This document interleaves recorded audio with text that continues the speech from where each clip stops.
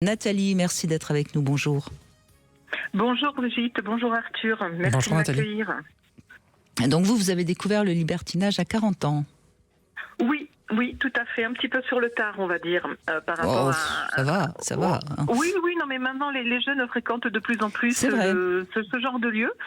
Et bon, après, chacun voit midi à sa porte. Bon, est-ce que c'est trop tôt? Est-ce que c'est pas le moment? Ils font comme ils veulent. Mais moi, je sais que je l'ai découvert à 40 ans. Et je trouve que ça a été pour moi le bon âge, puisque c'est souvent l'âge où on se pose des questions sur soi-même. Et ça a été la découverte de plein de choses. Ce libertinage m'a libérée de beaucoup de choses qui m'entravaient dans la vie personnelle, comme la timidité, le manque de confiance en soi, ce genre de choses. Et d'avoir découvert ce monde-là un petit peu par hasard, où j'avais une relation avec mon ex-conjoint, une relation qui était satisfaisante, mais je m'ennuyais. Donc je lui ai dit tout simplement que je m'ennuyais. Donc il m'a gentiment proposé de prendre un amant, ce que j'ai refusé, parce que pour moi, avoir un amant, c'est tromper quelqu'un et ce n'était pas du tout dans ma moralité. Et de son côté, il a travaillé un petit peu le sujet sans m'en parler. Juste au jour, il me dit, écoute, voilà ce que j'ai trouvé, qu'est-ce que tu en penses? Donc il s'était inscrit effectivement sur un site pour discuter. Et il avait trouvé une personne, une femme libertine, qui l'a emmené un petit peu sur le sujet. Et donc qui lui a fait découvrir ce qu'était le milieu du libertinage. Et effectivement, nous nous sommes lancés tous les deux. Et alors quand il vous en parle, vous dites oui, c'est ça, ou vous êtes un peu... Pas du tout. Alors pas du tout, parce qu'à l'époque, j'étais quelqu'un qui avait pas confiance en soi, parce que j'étais quelqu'un qui avait beaucoup de poids, j'avais beaucoup de forme, je ne me trouvais pas belle. Et pour moi, ce genre d'endroit, c'était fait que pour les jolies filles. Donc du coup, je ne me sentais pas légitime de pouvoir avoir accès à ce milieu-là. Et puis qu'est-ce que vous avez à dire justement sur ce lieu qui souvent est idéalisé comme s'il y avait que des super canons C'est effectivement une très grosse erreur. En fait, il y a parfois une erreur des femmes de penser qu'elles ne sont pas désirables, ce qui généralement est complètement faux. C'est juste qu'elles l'ignorent parce que par référence à des figures médiatiques, on a l'impression qu'il faut ressembler à telle ou telle personne, mais alors pour le coup, il peut y avoir des physiques très différents qui auront, et je le dis, beaucoup de succès, dans les clubs, parce que les hommes désirent des femmes différentes. Et il n'y a pas du tout un standard type. Donc il peut y avoir un standard type, on va dire statistiquement, mais de façon générale, quasiment toutes les femmes peuvent être désirées. Je pense que d'ailleurs, le fait d'aller dans un club libertin, même si on ne pratique pas, en tant que femme, c'est de voir ce désir dans le regard des hommes qui peut vraiment déjà donner un peu confiance en soi, il me semble. Ah, tout à fait.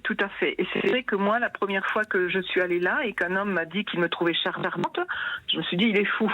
Mais à force de fréquenter, d'écouter les gens, de voir les hommes, de voir leur regard, je me suis rendu compte qu'effectivement, mon physique ne devait pas poser de problème. Parce qu'effectivement, il plaisait à certains, il ne devait pas en plaire à d'autres, peu importe.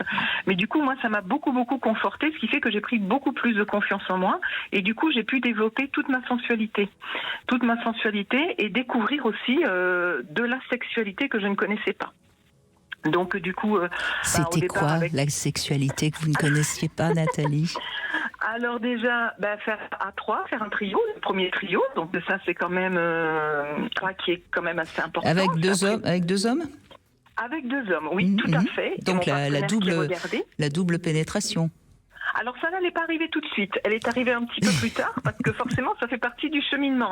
D'accord. Après le côté bisexuel avec une femme. J'ai découvert la pluralité.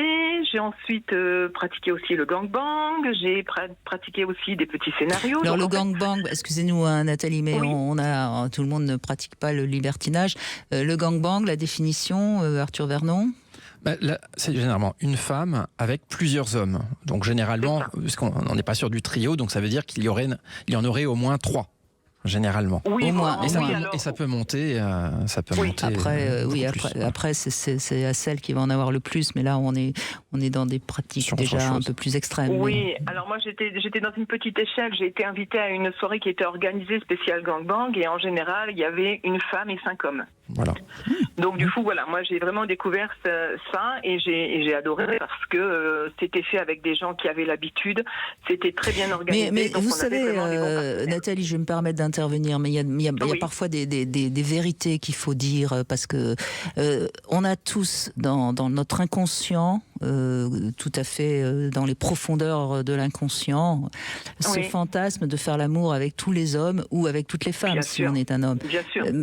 Parce que ce serait la toute-puissance absolue d'être désiré par tous les hommes de la Terre.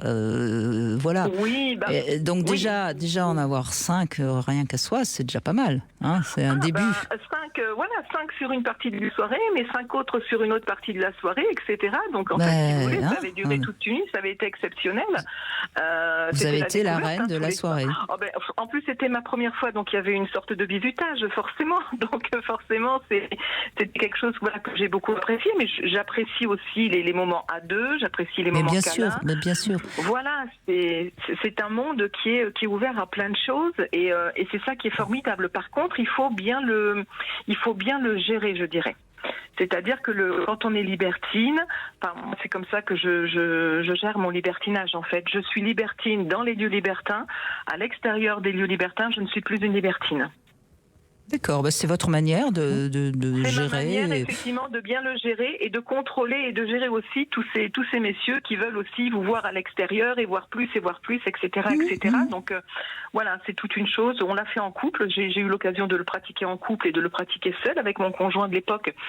On s'était laissé l'opportunité de pouvoir rencontrer ensemble et séparément, puisqu'on s'était découvert des envies différentes.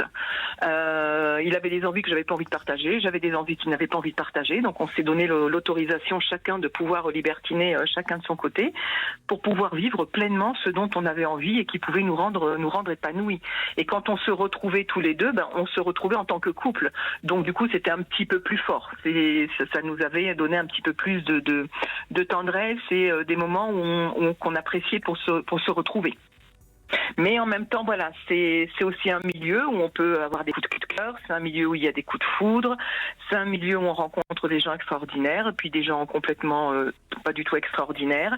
On a des bons partenaires, des moins bons, on se fait des amis, enfin, c'est très agréable quand on est dans ce milieu-là, on est vraiment dans du lâcher-prise, on est qui on veut, comme on veut, et c'est ça qui est bien, parce que quand on en ressort, enfin en ce qui me concerne, quand j'en ressors, moi j'ai l'impression de d'avoir rechargé mes batteries, de me dire ça y est, t'es enfin toi, et c'est vraiment très très agréable. Oui, d'une certaine manière, vous êtes en train de dire tout ce que les bienfaits que peuvent apporter une sexualité harmonieuse, épanouie, libre. Absolument. Ah oui, c'est fait pour ça. C'est vraiment des endroits où quand on veut s'épanouir, quand on veut découvrir d'autres pratiques. Moi, je me rappelle avoir fait un trio avec 2 messieurs. Il y en avait un qui était bi. Le deuxième, je sentais bien qu'il était un petit peu tenté. J'ai partagé mon partenaire avec ce monsieur-là, qui m'a dit waouh, super, c'est ma première fois. Donc il y a des premières fois chez tout le monde. Et donc du coup, c'est ça qui est bien aussi, c'est qu'il y en a qui poussent un petit peu plus leurs limites pour voir s'ils peuvent aller jusqu'au bout de leur fantasme aussi. Donc moi je trouve que c'est aussi du moment de partage, de vraiment sexuel, de plein de choses. Donc c'est très très riche.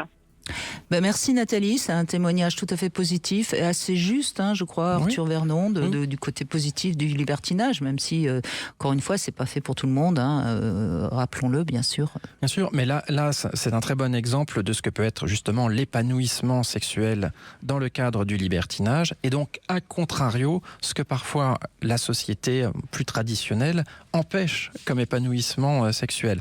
J'ai quand même noté aussi quelque chose qui reste quand même remarquable dans l'histoire de votre couple, puisque vous dites « Ah, je m'ennuie », et la première réaction de votre compagnon consiste à dire « Ah, tu peux prendre un amant ». C'est-à-dire, on met quand même de côté déjà une règle qui est celle de l'exclusivité sexuelle. Oui, c'est un couple assez libre déjà au départ. Parce que je pense qu'il y a peut-être quelques auditeurs qui entendent ça, je dis « Comment ça ?» C'est vrai qu'on est encore un peu dans ce concept, il ne faut pas tromper, quand on est dans le couple, on doit avoir une sexualité juste dans le couple. Donc, ça prouve qu'il y a une démarche quand même d'ouverture, une démarche de communication, une démarche intellectuelle sur quel est le rôle de la sexualité, et considérer que la sexualité fait partie de l'épanouissement général de la vie me semble une très bonne piste de réflexion, et en tout cas, visiblement, vous l'avez expérimenté et ce témoignage le montre. Merci beaucoup Nathalie.